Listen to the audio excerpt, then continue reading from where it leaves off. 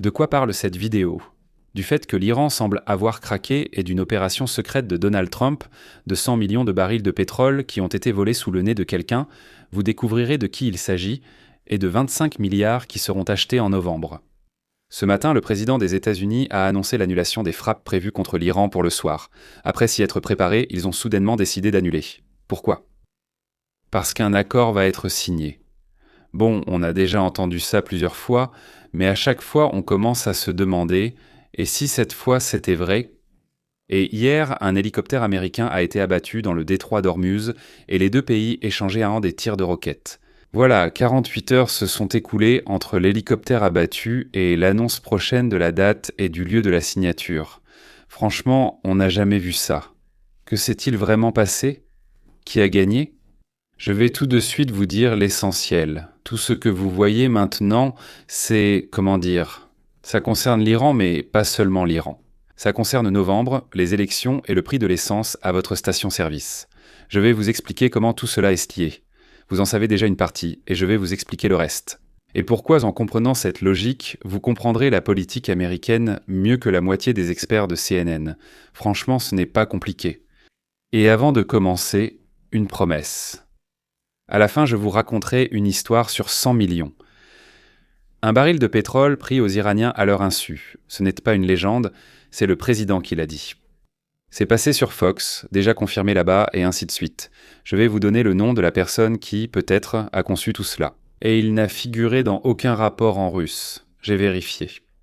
Enfin, je relierai tout cela à l'Ukraine et à la Russie d'une façon à laquelle vous n'avez peut-être pas pensé. Regardez. Et donc, comment l'hélicoptère abattu a déclenché l'escalade de tout ce dont nous parlons. Et il y a 3 jours, dès que nous avons appris qu'il avait été abattu, je vous l'ai tout de suite dit.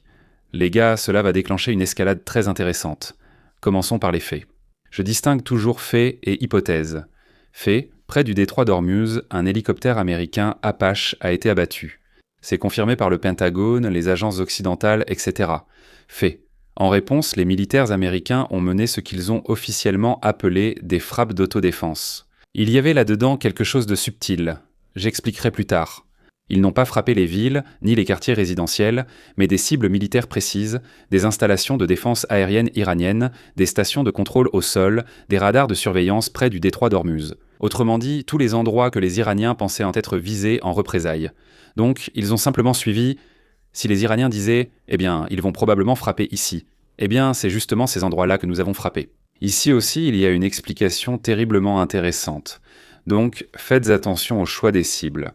L'Amérique n'a pas cherché à se venger par des frappes indiscriminées. C'est-à-dire qu'elle a frappé exactement l'infrastructure qui permet à l'Iran d'abattre des avions et de contrôler l'espace aérien au-dessus du détroit. La frappe n'était pas émotionnelle, elle était fonctionnelle et très soigneusement planifiée à l'avance. Le but était d'aveugler pour une raison et d'assourdir pour une autre. Précisément là où passe le pétrole. Pourquoi vous le comprendrez dans une minute. C'est un fait, l'Iran a répondu. Les gardiens de la révolution a donc déclaré avoir lancé des drones et des missiles sur des cibles liées aux États-Unis. Il s'agit de Bahreïn, du Koweït, de la Jordanie. Autrement dit, l'Iran a frappé des installations américaines chez les alliés de la région. Tout le monde savait très bien que cela allait se passer ainsi. Maintenant, il s'agit d'une version, pas d'un fait. On observe que l'Iran a essayé ces derniers jours de rétablir sa défense anti-aérienne, celle-là même que les Américains ont méthodiquement détruite en février. Un rapport évoque la présence d'un avion iranien dans les airs. Cela n'a pas été confirmé, mais si c'est exact, la conclusion serait intéressante. Rappelez-vous qu'en avril, l'Iran abattait encore des avions américains. Il a donc abattu un F-5 et un AT-10. La défense aérienne iranienne n'a donc pas été totalement détruite. Et maintenant, l'avion est dans les airs.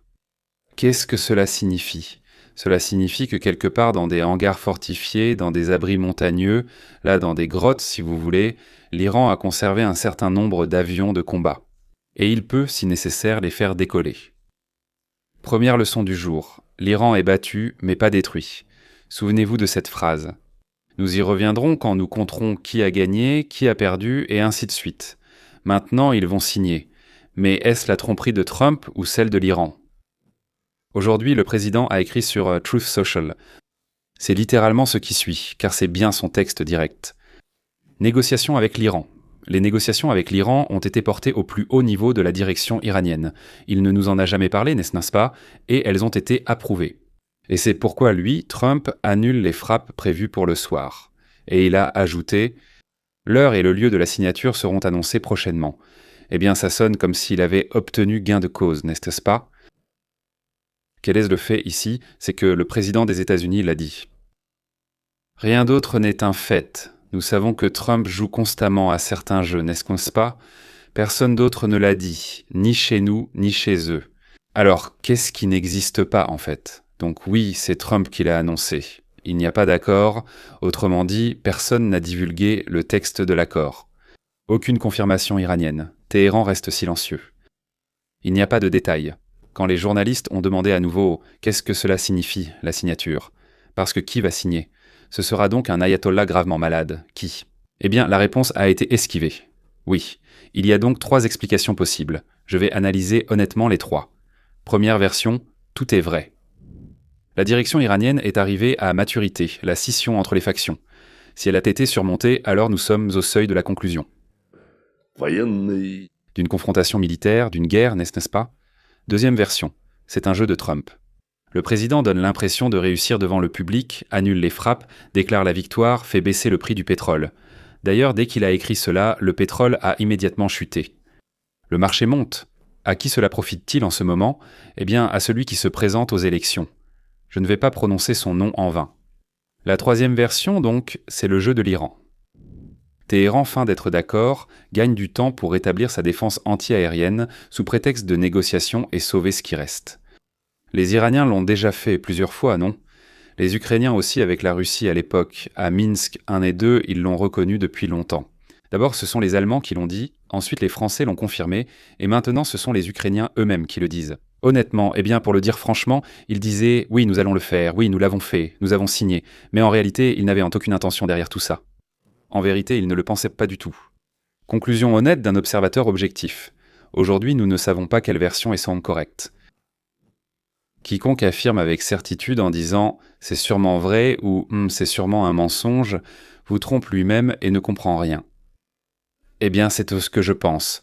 Nous avons la déclaration d'une partie et le silence de l'autre. Eh bien, pour l'instant, c'est trop peu pour dire « oui, hurrah, crions victoire ». Paradoxe.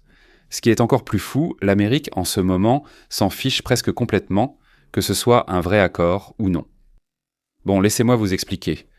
D'ailleurs, pendant que vous pensez que la principale nouvelle du jour, c'est cette signature, je vais vous dire quelque chose que presque personne, ne dit en russe. Et c'est quelque chose qui pourrait bien vous décrocher la mâchoire. Et si c'est la vôtre, si c'est un dentier, il pourrait même tomber. Le même jour où Donald Trump parle de la signature, il dit aussi tout autre chose. Et c'est bien plus sérieux. Aujourd'hui, c'est notamment Benny Jackson qui en a parlé. Et cela est confirmé par des publications sérieuses. Benny Jackson, qui a déjà, à mon avis, 6 millions d'abonnés, il collabore avec la Maison-Blanche, y est souvent invité et participe au déjeuner. C'est-à-dire qu'à cause de sa portée, de sa position, ils l'ont choisi comme l'un de ceux qu'on appelle les porte-paroles, qui ne peuvent pas parler directement au nom de la Maison-Blanche, mais qui expriment pratiquement l'opinion de la Maison-Blanche. Autrement dit, il n'est plus un journaliste indépendant, mais, pour ainsi dire, Dieu merci, il le dit honnêtement. Je suis de leur côté, je suis avec eux, je suis ami avec eux, je fais ci, je fais ça. Tout va bien, oui. En résumé, le fait est que Trump a déclaré qu'il prévoyait de prendre physiquement le contrôle du pétrole iranien. Oui, c'est Benny qui l'a dit, mais il l'a dit sur la base de ce que Trump a écrit. Ma réaction est celle suivante. Oh là là, s'emparer de l'île de Karg et d'autres points de l'infrastructure pétrolière. Voilà, ça, on n'en avait encore jamais parlé chez nous. Mot à mot, dans le sens. À un certain moment, c'est ce que Trump écrit. À un certain moment, dans un avenir proche, un avenir pas si lointain, nous prendrons l'île de Karg et d'autres installations pétrolières et établirons un contrôle total. Barmalek. Et il a directement comparé cela à ce qu'il a fait au Venezuela. Au fait, je suis très curieux, messieurs. Si nous devions débarquer même avec une petite force à Kark, je vais expliquer dans une seconde pour ceux qui ne savent pas à quel point c'est important pour l'Iran. D'accord ? Cela signifie qu'il y aura ce que nous appelons des troupes au sol, c'est-à-dire des soldats au sol, ce qui entraînera des pertes, bien sûr, sans aucun doute pour ainsi dire. Oui, tu débarques nos gars, et quelqu'un va mourir. Qu'en pensez-vous ? D'autant plus que cela peut vraiment nuire. aux élections, surtout que cela peut nous entraîner dans une guerre sérieuse et que nos gars peuvent de mourir. Pensez-vous qu'il faut le faire? Ou pensez-vous que cela n'a aucun sens, et tant pis, qu'ils se débrouillent eux-mêmes? Et pour nous, pour l'essentiel, si l'on peut dire, c'est d'empêcher l'Iran d'accéder à la préparation nucléaire, à l'armement nucléaire. Et faire encore 2 ou 3 choses là-bas et tout le reste ne nous concerne pas. Écrivez-moi simplement, ça m'intéresse. Et donnez vos commentaires, c'est une grande question. Eh bien, ne vous disputez pas entre vous, ne vous insultez pas. Nous réfléchissons tous, nous essayons tous d'analyser, nous essayons tous d'exprimer notre point de vue. Alors n'écrivez pas là-bas. Tu es idiot, oui, parce que si quelqu'un a écrit ça, c'est clair que l'idiot, c'est toi. Bon, très bien. Donc allons-y. Oui. On peut m'appeler chauve, binoclard, ou ce qu'on écrit d'habitude. Et moi j'ai une cuvette de toilette en porcelaine dans la bouche. Écoute, je t'envie. Si c'est vrai, écris-le. Très bien. Qu'est-ce que c'est l'île de Kark? C'est le cœur de l'exportation pétrolière iranienne. Les oléoducs provenant des plus grands gisements d'Iran convergent là-bas, là-bas, là-bas, là-bas, avant le chargement du pétrole sur des pétroliers. C'est l'une des principales sources de revenus du gouvernement iranien. Le stock est conservé là-bas, il me semble qu'il y a 30 millions, oui, je crois, 35 millions de barils. Prendre Kark, c'est prendre l'Iran à la gorge. Économiquement, je veux dire. Et attention, parlons des soldats. Donald Trump a dit « Je ne veux pas de troupes au sol ». Voilà. Boots on the ground, n'est-ce pas? Mais s'il l'avait voulu, nous aurions pu envoyer un petit groupe de soldats et occuper tout cet endroit. De petits groupes de soldats sont déjà entrés au Venezuela et ont, pour ainsi dire, éliminé tout le monde. Aucun de nos hommes n'était mort. Nous sortons de là en parfait ordre, ayant accompli, pour ainsi dire, ce que nous voulions. Et comme l'a dit M. Trump donc, si nous faisons tout cela, alors eux, les Iraniens, c'est fini pour eux. Il parle du régime, pas du peuple iranien. Voilà, honnêtement, c'est ma règle. Pour l'instant, c'est une menace et une déclaration, pas un fait, comme on dit. N'est-ce pas? Cela pourrait être un moyen de pression pour effrayer Téhéran pendant les négociations. Vous voyez le lien? On signe d'une main, les frappes sont annulées. De l'autre, si vous ne signez pas, alors nous viendrons, nous prendrons Kark, comme au Venezuela. Ce sont juste des négociations classiques à la manière de Trump. Du Trump pur jus. Voici l'essentiel pour comprendre la mécanique. Le modèle vénézuélien n'est pas forcément une question de débarquement. En 2020, je pense, lorsque les États-Unis ont saisi le pétrole iranien destiné au Venezuela, ils n'ont même pas utilisé la force militaire. Les Américains, simplement par des menaces de sanctions, ont aboyé ou grogné, oui, et les navires sont allés décharger aux États-Unis. À mon avis, ils l'ont envoyé au Texas. Voilà. Autrement dit, on peut s'emparer du pétrole sans tirer un seul coup de feu, simplement par la peur.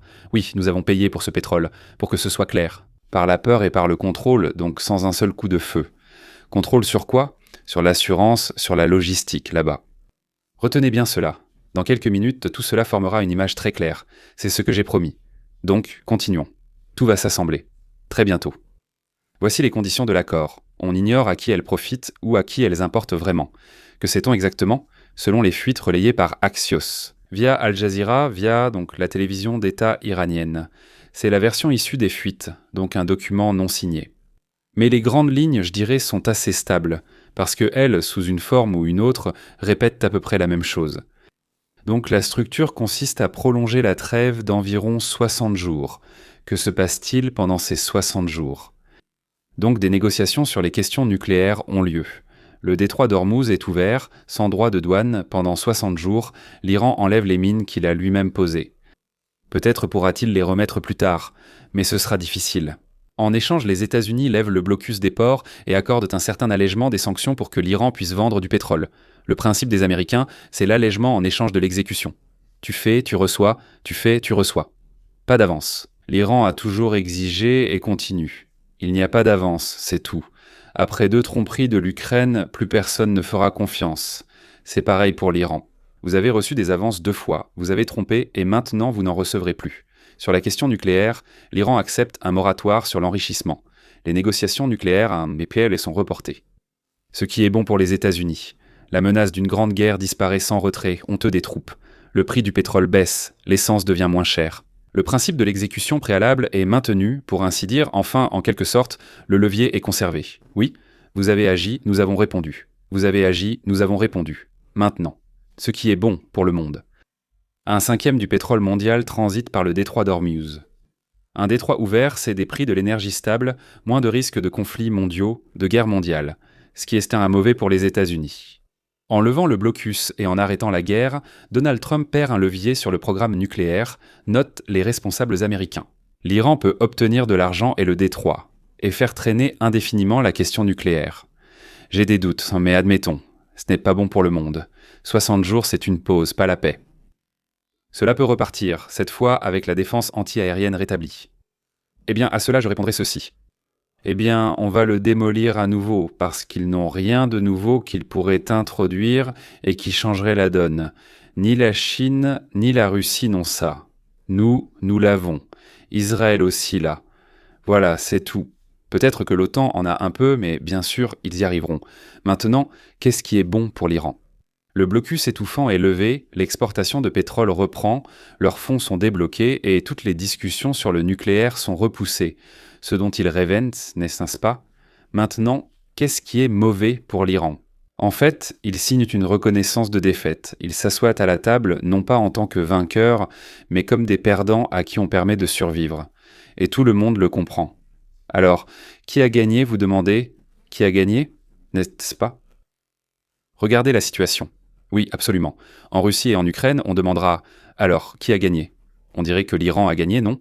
Regardons l'ensemble de la situation.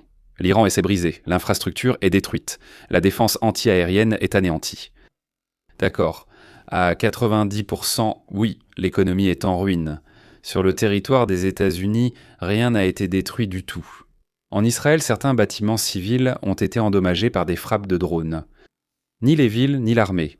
Rappelons-nous la guerre russo-ukrainienne, pas la guerre russo-japonaise, la guerre russo-ukrainienne. Donc disons que la Russie, à un certain moment, dit « Bon d'accord, arrêtons ». Et une question simple, alors, qui a gagné ? La moitié de l'Ukraine est détruite. Et en Russie, eh bien, 1 ou 2 bâtiments là où les drones sont arrivés. Vous voyez le parallèle ? Le pays qui a infligé des dégâts incomparablement plus importants et qui n'a presque rien reçu en retour propose soudainement de faire la paix. Et un observateur naïf dit « C'est un match nul ». Match nul. La victoire de qui ? De qui ? Non. Quand un camp est en ruine, que l'autre n'a qu'une égratignure, et que celui qui est en ruine s'assoit pour signer, c'est la défaite du perdant, déguisée en accord de paix. Celui qui dicte les conditions et qui reste intact, eh bien, c'est lui qui a gagné. Arrêtons-nous une seconde là-dessus, parce que les conclusions que nous allons tirer aujourd'hui ne concernent pas seulement l'Iran et l'Amérique. Elles concernent en fait n'importe quel pays et n'importe quelle personne qui entre en conflit avec quelqu'un de beaucoup plus fort. Gardez cette image en tête, j'y reviendrai à la fin. D'ailleurs, je l'ai déjà utilisé plusieurs fois, parce que c'est une expression américaine. Le gorille de 600 pieds de 600 poux, n'est-ce pas ? Non, de 600 livres, pound. 600 фунтов, говорил. Oui. 300 kg. Quand tu as affaire à un gorille de 300 kg, tu dois penser aux conséquences et te comporter en conséquence. Pas parce que c'est juste, mais parce que ce sont des gorilles. Ce sont 2 choses différentes. Un gorille et la justice. 2 choses différentes. Tu es sur un pont étroit, un gorille de 300 kg vient vers toi.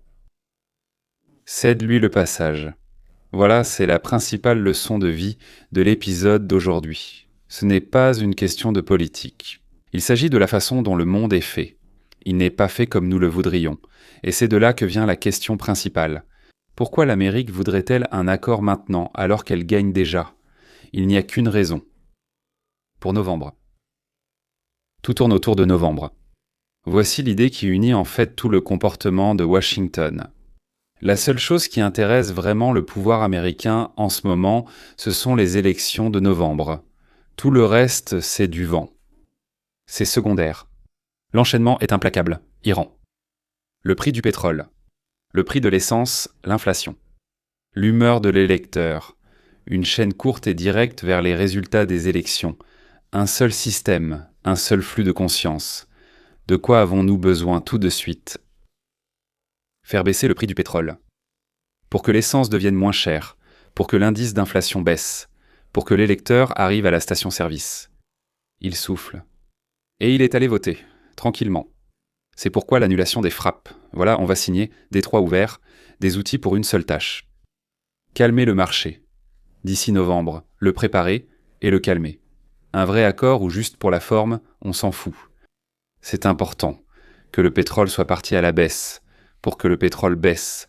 Et il a fait quoi? Il a baissé. Et maintenant, ce que les Iraniens ne comprennent pas.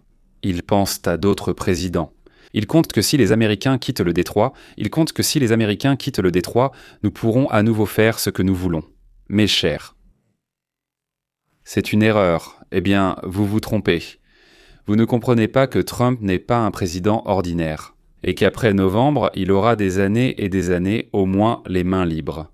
Un retrait, ce n'est pas une capitulation. C'est une pause prévue.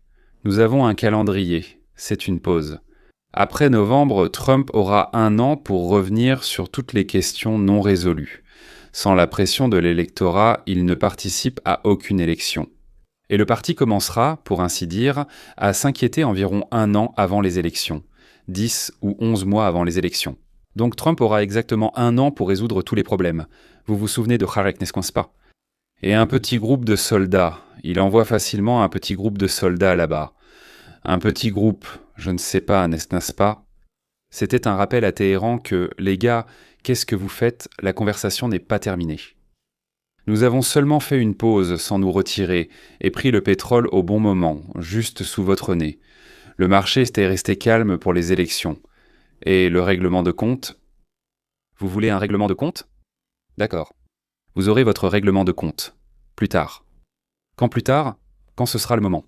Et la cerise sur le gâteau. L'argent que l'Amérique transfère à l'Iran, ce n'est pas de l'argent américain, ce sont des fonds iraniens gelés, nous ne les avons pas encore transférés, n'est-ce pas? Mais si nous donnons de l'argent à l'Iran, ce sera leur propre argent, nous leur donnerons environ 25 milliards de leurs fonds, l'Amérique, si elle les rendra à l'Iran dans son portefeuille en échange de l'ouverture du détroit, et de la tranquillité jusqu'aux élections. En somme, 20 à 25 milliards de fonds iraniens achètent un novembre tranquille. C'est très simple selon moi. Un si bel échange. Vous voulez 25 milliards de votre argent? D'accord. Alors il nous faut 1 mois de novembre calme. À mon avis, c'est parfait. Une opération secrète. 100 millions de barils subtilisés sous le nez de l'Iran, c'est ce qui a fait exploser Internet. Eh bien, voici l'histoire promise. Elle s'est déroulée discrètement. Mais c'est le président lui-même qui l'a annoncé. Ensuite, ce scoop s'est passé sur Fox. C'est lancé, un fait, avec les paroles du président. Trump a annoncé qu'il avait ordonné aux militaires de mener une opération secrète pour escorter les pétroliers à travers le détroit d'Ormuz. Selon lui, le résultat, c'est que plus de 100 millions de barils sont arrivés sur le marché ouvert. Plus de 200 navires sont passés en toute sécurité. Eh bien, quand Trump compte 100 millions, cela peut aussi bien être 80 ou 84. Facilement, n'est-ce pas? Il arrondit comme ça. Jusqu'à 100 millions car ensuite, chez lui, le jusqu'à disparaît. Mais au moins, il y a beaucoup de navires et beaucoup de pétrole. Son idée vient du fait que le détroit est contrôlé par les États-Unis, et non par l'Iran. Comment cela se faisait-il? D'après sa description, les navires étaient escortés de nuit, sans feu, parce que les radars iraniens avaient été détruits par ces mêmes frappes contre la défense aérienne dont nous avons parlé au début de notre récit. Et l'Iran n'a appris tout cela, comme on dit, qu'après coup. Après coup, l'idée était la suivante. Attendre une action agressive de la part de l'Iran, à laquelle on pourrait réagir avec colère et riposter. Ainsi, les bombardements contre la défense aérienne ne seraient pas perçus par les Iraniens comme une possible préparation à une opération. Ils considéreront cela comme une réponse attendue à leurs actions. Ils ont attendu que l'Iran abatte un hélicoptère et en ont été ravis. D'ailleurs, à ce jour, nous ignorons si ce n'est pas nous-mêmes qui l'avons fait. Ils savaient, les Iraniens étaient sûrs que des missiles allaient être lancés en retour, et les missiles ont été lancés. C'est pourquoi ils se sont cachés et ont attendu la fin des tirs de missiles. C'est alors, sur ordre de Trump et selon un accord avec les propriétaires et des compagnies d'assurance américaines, que 100 millions de barils de pétrole ont été libérés. Honnêtement. Donc, le chiffre de 100 millions, je veux quand même préciser que, pour l'instant personne ne l'a confirmé, les sociétés de suivi des navires donnent des chiffres plus modestes, l'ampleur diffère de la déclaration du président.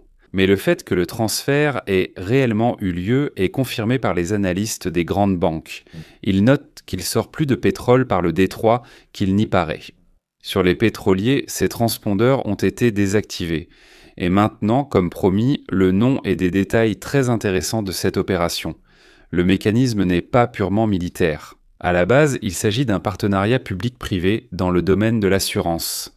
Lorsque la guerre a commencé, l'assurance maritime pour traverser Hormuz est devenue excessivement chère. Ou elle a complètement disparu. Les compagnies avaient une peur d'assurer. Elles disaient « là-bas, on va vous faire sauter et moi, je dois tout payer ». Non.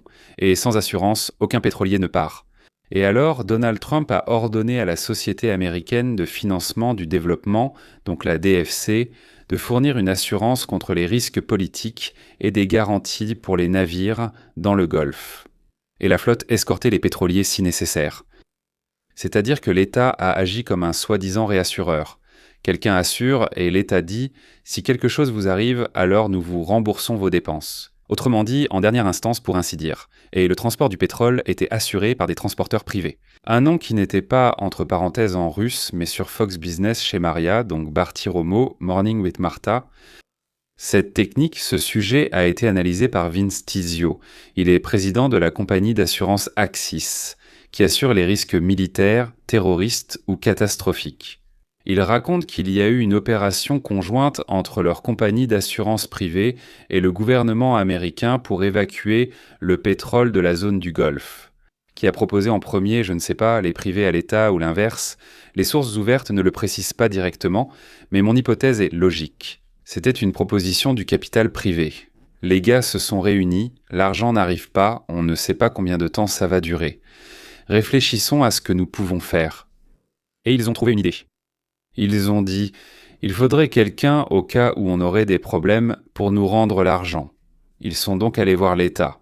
Et l'État a dit « quelle idée intéressante. Voyons, faisons toute une opération ensemble. Nous allons détourner l'attention. Et vous l'acheminez ici, d'accord ?» Le gouvernement de Donald Trump, pas idiot, a accepté. Je vous assure que le gouvernement de Joe Biden, le gouvernement de George Bush, Bush fils, l'aîné était différent, d'ailleurs, oui. L'aîné était plutôt, c'était un gars du KGB. Du KGB, comment on dit ? De la CIA, oui, il était de la CIA, donc on ne peut pas être idiot. Le gouvernement de Barack Obama aurait réagi. Qu'est-ce que vous dites ? Jamais de la vie, trop risqué. Mais ces gars-là ont dit « allez ». C'est comme ça qu'ils ont pris 100 millions de barils sous le nez des Iraniens. Ils ont monté une opération donc en surveillant la main droite alors qu'il fallait surveiller la gauche. Ils l'ont menée brillamment, convainquant totalement les Iraniens que c'était une réponse à leurs propres actions. Ce n'est pas nous qui avons commencé, n'est-ce pas ? C'est « vous nous avez touchés, abattu notre hélicoptère, on va vous frapper ». Là-bas on agit confusément. Ils frappent, cachons-nous, ne voyons rien. Nous avons discrètement retiré nos forces. Disons-le ainsi, répétons après Trump, 100 millions de barils de pétrole. Retirons le détail non vérifié sur l'auteur de l'idée et regardons le principe. Donc je vous ai souvent parlé d'un homme qui s'appelait Franz Oppenheimer et des deux façons d'acquérir la richesse. La méthode économique, Polecz-Quartin, production, échange, et la méthode politique, l'appropriation, la confiscation. L'Iran fonctionne purement selon la méthode politique. Il ne crée pas de valeur, il contrôle le détroit, un peu comme les bandits au XIIe siècle de notre ère, oui, qui s'installaient en près des rivières et attaquaient pour ceux qui passaient, si tu ne leur payais pas de tribut. Et de la même manière, ils essaient peu de prélever un tribut pour le passage, contrôlant le goulet d'étranglement, il faut payer pour entrer. Il y a des variantes, du racket déguisé en droit souverain.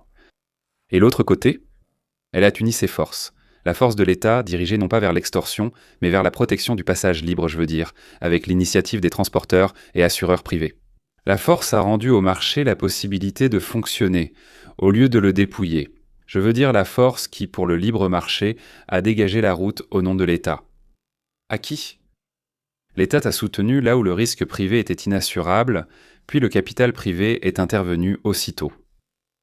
Et le résultat, le prix du pétrole ne s'est pas maintenu à des niveaux exorbitants, mais à des niveaux normaux, autour de 100 $ ou moins, quand la force sert à protéger l'échange.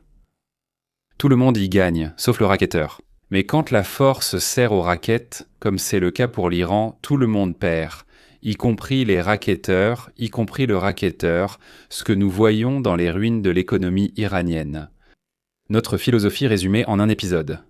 L'échange libre protégé contre le tribut imposé par la menace. Golambas, Galambas, Spitjheimer et Ayn Rand ne figurent pas dans les manuels, mais on retrouve dans l'actualité d'aujourd'hui exactement ce qu'ils ont écrit. Et enfin, et ce que j'ai promis, en lien avec l'Ukraine et la Russie. Regardez ce qui se passe autour de cette histoire iranienne avec l'Europe. Au début de la guerre, alors que l'issue était incertaine, l'Europe restait prudente. En mars, les dirigeants européens ont clairement refusé d'entrer dans la phase militaire au détroit, exigeant d'abord une clarification des objectifs. L'Allemagne déclarait qu'elle ne participerait pas aux opérations militaires. Et maintenant, alors qu'il est devenu évident que l'Iran cède, oui, on voit déjà que l'Iran cède, le ton a changé. Un certain nombre de pays, la Grande-Bretagne, la France, l'Allemagne, l'Italie, les Pays-Bas, le Japon, ont déclaré être prêts à contribuer à la sécurisation du passage. Le chef de la mission diplomatique de l'Union européenne le dit clairement. Il est dans notre intérêt de garder le détroit ouvert. Et nous discutons de ce que nous pouvons faire du côté européen. Dès que quelqu'un sent qu'un pays est en train de l'emporter, une file d'attente de ceux qui veulent le rejoindre se forme immédiatement. Pour l'instant, il n'est pas clair qui prendra le dessus. Tout le monde agit prudemment et demande des garanties, mais dès qu'une victoire se profile, chacun veut rejoindre l'équipe gagnante et profiter des avantages. Ce n'est pas du cynisme, c'est la nature des coalitions. Cela a toujours été ainsi. En 2019, la Grande-Bretagne a appelé pendant 2 semaines à une mission européenne distincte, puis elle a instantanément rejoint celle des Américains dès qu'il est devenu clair d'où venait le vent. Et maintenant, la Russie et l'Ukraine. Regardez ce que fait l'Europe en ce moment. Les pays européens augmentent fortement leur aide à l'Ukraine en matière de drones. Les fonds pour les drones ont triplé. La Finlande, le Danemark, la Grande-Bretagne, la Norvège, en construisant des drones avec les Ukrainiens, transfèrent la production chez eux. La Norvège accorde plus de 100 millions d'euros pour des drones maritimes destinés à l'Ukraine. Ce sont précisément ceux qui ont déjà modifié l'équilibre en mer Noire et frappé la flotte russe et le pont de Crimée. Comprenez-vous ce qui se passe ? L'Europe fait son pari. Elle investit dans ce qui, selon ses calculs, a le plus de chances de l'emporter sur le long terme. D'ailleurs, il faut encore définir ce que signifie la victoire. De notre point de vue, c'est une drôle de victoire quand la moitié de ton pays est détruite, mais peu importe. De leur point de vue, la victoire signifie que l'ambition russe est stoppée, n'est-ce pas ? Ils investissent dans la machine technologique ukrainienne, dans ces drones maritimes et aériens bon marché et intelligents qui changent la nature même de la guerre. C'est ce que disait déjà Zaloujny. Et tout comme une file d'attente se forme devant l'Amérique victorieuse dans le Golfe, une file d'alliés se forme devant l'Ukraine, prêt à lui fabriquer des armes, prêt à l'aider financièrement, prêt à... Pourquoi est-ce nécessaire ? Eh bien, nous en avons déjà parlé. Mesdames et messieurs, ils veulent vraiment que l'Ukraine rejoigne l'Union européenne. Ils le veulent vraiment. Et la Russie, qui continue de vivre d'une manière purement politique. Prendre des forces, se lever, maintenir par le tribut, se retrouve dans la position de celui dont la victoire, si elle dure longtemps, se détourne. Si c'est très rapide, alors ils ont gagné, tout pillé, soit ils se sont enfuis, soit ils ont été capturés, tués, déplacés, c'est tout. Mais si cela s'éternise, alors ils souffrent beaucoup. C'est la même leçon qu'avec l'Iran. Un régime qui vit de l'extorsion et de la menace finit tôt ou tard par se retrouver seul. Et le monde libre, aussi lent et prudent soit-il, finit par se rassembler autour du pays qui crée et non de celui qui prend. Maintenant, faisons les comptes. Bon, regardons les faits un par un. Qu'est-ce que l'Iran a en main, même si les États-Unis partent aujourd'hui et signent la paix ? Les pertes économiques de l'Iran sont estimées à environ 140 à 145 milliards de dollars. Ce sont des données publiques, des centaines de milliards de destructions, des centaines de milliards de destructions. Environ 2000 morts et des dizaines de milliers de blessés. Les pertes militaires sont immenses. Selon le ministre américain de la Défense, désormais appelé ministre de la Guerre, la flotte repose au fond de la mer. Plus de 50 navires iraniens ont été endommagés ou détruits. L'armée de l'air, d'après les mêmes déclarations, a été anéantie. Bon, il en reste peut-être quelques-uns cachés dans des grottes, mais en général, elle a été anéantie, oui. La défense anti-aérienne a été détruite. Nous contrôlons le ciel. Disons que sur environ 480 lanceurs, il en reste une centaine en service, soit 20%. L'arsenal de missiles a diminué. Il y en avait 2500. Il en reste environ 1000 à 1200, donc 50 à 60% ont disparu. Sur le territoire des États-Unis, il n'y a aucune confirmation du tout. 0. Les pertes américaines concernent seulement l'argent dépensé pour les munitions et la réparation des bases dans la région. Les États-Unis ne sont pas détruits. C'est juste le coût d'une guerre menée à l'étranger. Petite précision honnête, c'est ma norme. Sur ce point, les experts sont divisés. C'est important, ne manquez pas ça. Une école de pensée correspond à la position officielle du Pentagone. Sur le plan fonctionnel, l'Iran a été méthodiquement détruit. La reconstruction durera des années, sans industrie de défense ni moyens pour compenser ses pertes. Une autre école, ce sont les données de renseignement. Les sources que CNN, Wall Street et NBC citent, ils aiment beaucoup citer tout ce qui est négatif pour Trump, soi-disant. Mais ce sont eux-mêmes qui inventent, puis ils citent. Et ils disent autre chose, une partie importante des lanceurs, donc, a survécu. Mais qu'est-ce qu'une partie importante ? Eh bien, eux, ils disent, environ 40% ont survécu, car elle était enterrée dans des tunnels et grottes que l'Iran creusait depuis des décennies pour ce type de scénario. Des milliers de drones ont survécu, je ne sais pas d'où. Et attention, l'Iran a déjà repris la production de drones pendant la trêve. Une partie de ces sources estime que l'Iran se rétablira en quelques mois. Vous vous rendez compte ? Vous avez vu les images ? Là-bas, il faudra des mois rien que pour déblayer les décombres. Les décombres. Oui, rien que pour Gaza, ils ont dit qu'il faudrait de 2 ans et demi à 3 ans pour tout nettoyer. Voilà une illustration parfaite de ma règle. Où est le fait et où est l'aversion ? Fait, l'Iran a subi des pertes colossales. Mais à quel point cela l'a-t-il vraiment retardé ? C'est une estimation controversée, sur laquelle les experts ne s'accordent pas. C'est exactement ce que j'évoquais au début. Un avion dans une grotte, des lanceurs sous terre. L'Iran est frappé, mais pas détruit. Les deux choses sont vraies en même temps. Il a été sérieusement touché, mais il n'est pas détruit. Oui. Mais voici la conclusion clé. Pour notre leçon, à vous et moi, il n'est pas important de savoir qui a raison dans le débat sur les délais. Ce n'est pas important. Ce qui compte, c'est la proportion, c'est la proportion. Un côté est en ruine pour des centaines de milliards, l'autre n'a pas reçu une seule égratignure sur son territoire. Vous voulez un parallèle ? Ukraine, Russie ? Avec plaisir. La guerre finie, les Russes partent. Et alors ? L'Ukraine est un pays détruit. Des centaines de milliers, selon certaines estimations, jusqu'à 1 million de morts des deux côtés. Des millions de réfugiés, des villes en ruine. Et la Russie ? Rien du tout. Quelques bâtiments isolés, quelques drones sont arrivés quelque part. Alors, qui a gagné ? Et ici, je vais dire une chose que l'on n'aime pas entendre, mais que je dois dire honnêtement. Le monde n'est pas un endroit où tout est juste. Pas du tout. Ce n'est pas la bonne planète. Vous n'êtes pas au bon endroit. Le monde est un endroit où règne la force et l'intelligence. Dieu merci. Ce n'est pas seulement la force brute. Il y a des gens très forts, mais très stupides. Certains sont très faibles, mais intelligents. Mieux vaut être intelligent et faible que fort et stupide. Parce que l'intelligence compense la faiblesse, alors que la stupidité gaspille la force. Mais quand tu as à la fois l'intelligence et la force, c'est là que tu deviens celui qui fait danser les autres. Et c'est toi qui mènes la danse. Ceux qui ne comprennent pas cette règle simple qu'on ne peut pas s'en prendre sans réfléchir à quelqu'un d'infiniment plus fort, qu'il faut agir avec plus d'intelligence, reçoivent exactement ce qu'a reçu aujourd'hui l'Iran et malheureusement ce qu'a reçu l'Ukraine. Je ne compare pas leur position de départ. Je sais bien que ce n'est pas la même chose. Mais tous les deux ont le visage en sang. Je parle d'une seule chose. Quand tu agis stupidement face à la force, tu en subis les conséquences. Ce n'est pas une question de morale, c'est la loi de la nature. Eh bien, naturellement, si tu prends beaucoup d'élan et que tu te cognes le visage contre un arbre, eh bien, l'arbre ne sentira rien, mais ton visage sera en sang. Une question. Est-ce que tu agis intelligemment ou bêtement ?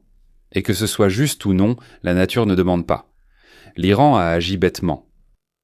Eh bien, il s'est assis sur le goulet d'étranglement du monde et a commencé à prélever un tribut, pensant qu'il n'aurait rien à craindre pour cela. Avant cela, il répétait chaque jour vouloir fabriquer des armes atomiques pour attaquer Israël et l'Amérique. Désormais, Israël et l'Amérique se sont réunis. Ils ont dit « ça ne nous plaît pas », puis ont frappé l'Iran, causant des centaines de milliards de dégâts. Et la flotte au fond de l'eau. Voilà tout le calcul. Et vous savez qui perd le plus dans un tel monde ? Ceux à qui on disait que tout irait bien. Papa et maman. Le professeur. Le pouvoir promettait. Sois patient, ne te fais pas remarquer. Tout s'arrangera tout seul, le monde est juste. Tu parles. Notre génération soviétique connaît bien cette chanson. Et voilà le résultat. Ceux qui ont cru à cette promesse ont été les plus grands perdants. Parce qu'on leur a menti. Ceux qui ont menti étaient injustement ceux dont on attendait la vérité.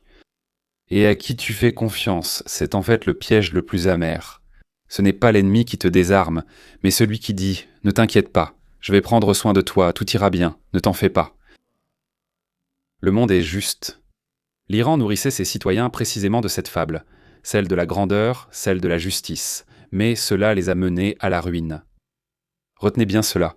N'attendez pas que le monde soit juste envers vous pour une raison quelconque, sans raison apparente. Il sera juste parce qu'on vous l'a promis. Oui, papa et maman vous l'ont promis, la tante aussi, et la maîtresse à la maternelle et à la crèche aussi. La nourrice Moussia a dit que « Tout ira bien, ne pleure pas ». Il faut regarder la réalité en face, nous avons grandi, nous allons quand même sortir de nos culottes courtes et nous élever au-dessus des rapports. Voilà. Qu'observons-nous ?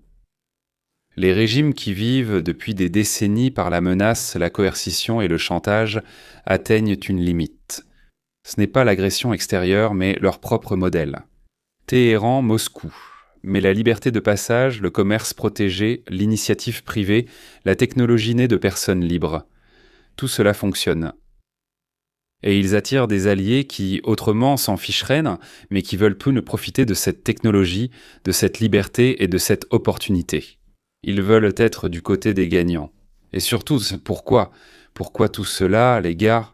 Il semble que nous soyons proches de faire baisser l'inflation, de réduire le prix de l'essence à votre station-service, de rendre aux gens la tranquillité, la confiance et de gagner les voix des électeurs indépendants, en fait, ceux qui décident de tout lors de nos élections. Et si cela arrive, eh bien, je veux dire, si l'essence devient moins chère, si l'inflation baisse, si l'inflation diminue en novembre, si les républicains sont élus, alors les États-Unis, Donald Trump et le monde auront gagné cette guerre à 100%. Pas en parole, mais en fait. Quoi qu'on vous dise ensuite, ils ont gagné. Parce que le but n'était pas d'effacer l'Iran de la carte. Le but, c'était donc de ne pas leur permettre d'obtenir la bombe atomique qui aurait servi de chantage ou aurait pu être utilisée. Oui, par un terroriste. Un prix de l'énergie bas, un résultat politique sur le plan intérieur. Voilà ce qui nous intéresse en ce moment. Arrêter les développements nucléaires en Iran, ne pas leur permettre de produire ce qui pourrait tuer beaucoup de gens autour, et un prix de l'énergie bas, un résultat politique sur le plan intérieur. Point final. Salut. Et les trois sont atteints, n'est-ce pas ? D'autant plus que les avantages sont payés par l'Iran lui-même, avec ses 25 milliards, et c'est ainsi que vient la véritable victoire. Par une action simple, par une réponse simple. Voilà. Ma réponse aux promesses auxquelles on ne peut pas croire. Oui, le monde n'a jamais promis d'être juste. Oui, même les proches peuvent sincèrement se tromper en te disant « tout ira bien ». Mais il y a quelque chose qu'on ne peut pas vous enlever, et sur lequel personne ne peut vous induire en erreur. Si vous prenez cela en main vous-même, et non pas en le laissant à la nourrice de la maternelle. C'est votre propre capacité à distinguer, à différencier la production de l'appropriation, la protection du pillage, le fait de l'aversion, la force du bluff. Celui qui sait faire cela lui-même ne dépend plus des promesses ou des opinions des autres, ni du pouvoir, ni de la télévision, ni de ce que disent ceux qui répètent « Fais-moi confiance, fais-moi confiance, fais-moi confiance ». Il est à la fois son propre esprit et sa propre force. Et la force est l'esprit. Un tel homme ne peut plus être mis à genoux, ni trompé, ni par un titre accrocheur, ni par un sourire enjôleur, même pas par une berceuse. Voilà, mesdames et messieurs, c'est cela la liberté, c'est cela la liberté individuelle. Et c'est pourquoi nous sommes ici avec vous pour apprendre, afin que personne ne soit de ceux à qui l'on a promis que tout s'arrangerait. Mais cela ne s'arrange pas. Ne comptez pas sur la justice. Il faut se comporter intelligemment, il faut comprendre quand on vous trompe, et il faut faire un choix en se basant sur tout ce dont je vous ai parlé. C'est tout. Au revoir.